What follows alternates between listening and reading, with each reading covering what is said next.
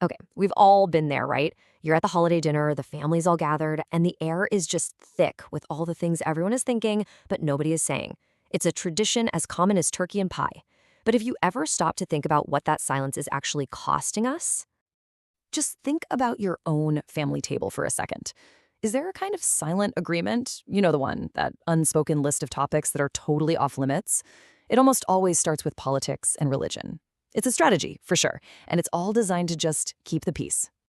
And look, this isn't just a few of us. It's a massive cultural habit. We choose that polite, quiet surface over what could be a really messy conversation. And we do it all for a calm, if maybe a little bit hollow, holiday meal. This leads to what some have called a party of pretense. I mean, that phrase just nails it, doesn't it? We're all going through the motions, talking about the weather or new recipes, while these huge, monumental issues that are dividing our world, and sometimes our own families, are just left hanging in the air, totally unspoken.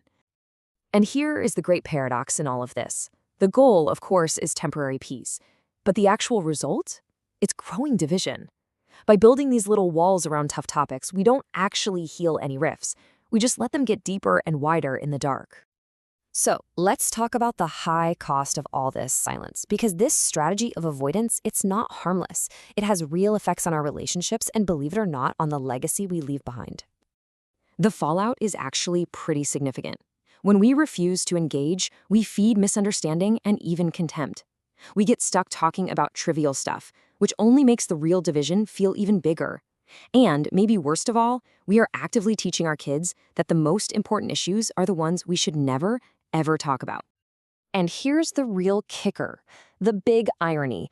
Holidays, or holy days, were literally created by public policy. Yeah, by politics, to give families the time and space to discuss their beliefs and the state of their society. So we are now actively avoiding the very conversations these days were designed for in the first place. Which really gets to the heart of the matter. We may not have created all the problems we see in society today, but we are responsible for the conditions we pass on. Our silence is a choice, and that choice has consequences that ripple out for generations. So, what do? It can feel like we're trapped, right? Trapped between a tense argument and this artificial, polite peace. But what if there's another option? A way to move past that fear and into something way more productive? And let's be totally clear, this fear is 100% valid. Nobody wants to be the person who ruins Thanksgiving. The fear of permanently damaging a relationship you care about over a political disagreement, it's real, and it's exactly why so many of us choose to just stay quiet. But here's the really hopeful part. Avoidance is not our only option.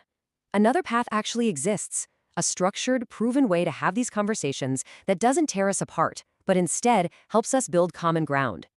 So let's take a look at a specific method for doing this. It's called the Conversations Journey, or CJ, and it's a framework designed specifically to guide people through these exact kinds of difficult but really necessary dialogues. So what is it exactly? Well, it was developed by Mike and Emily Green, and it's a proprietary, structured process. The key words to focus on here are civil and productive. See, it's not about winning an argument. It's about creating a shared understanding. And this isn't just some new theory they cooked up. It's a process that has been tested and refined for over 5 years, often in some of the most high-stakes environments you can possibly imagine. And just look at the incredible diversity of groups who have used this process. We're talking about organizations that are often at the very center of major societal divisions, from evangelical churches to K-12 school districts to police departments. I mean, if this framework can build bridges there, it can work just about anywhere. So how does it actually work? Well, the process has 3 main goals. First, you build a common ground of knowledge. Maybe that means everyone agrees to read the same short article beforehand, so you're all starting from the same place. Second, you practice specific skills, like active listening, to make sure people actually feel heard. And finally, you work together to build a shared vision for the future. It's really a journey from division to collaboration. And this brings it all right back to the beginning. Because this isn't just about trying to have a more peaceful holiday dinner. The choice we make at that table is directly tied to our responsibility to the future. Ultimately, we really just have 2 paths in front of us. Path 1 is that familiar avoidance trap, that party of pretense we talked about. Path 2 is something like the conversation's journey, a conscious, deliberate step towards understanding and hopefully a better future. Here's the most crucial point. Someone is always watching. The next generation, they're learning from our actions and from our inaction. They are looking to us right now for clues on how to handle disagreement, how to build a society, and how to talk about the things that truly matter most. So if you're thinking you want to choose that different path, Common Ground Conversations now makes this exact process accessible for smaller groups, like families and circles of friends. You can learn more about how to bring this kind of structured dialogue to your own table at their website. So, we end with this question. Because in the end, we pass on so much more than just recipes and traditions. We pass on a way of being in the world. Is it going to be a legacy of silence and avoidance, or one of courage and connection? What conversation will you pass on?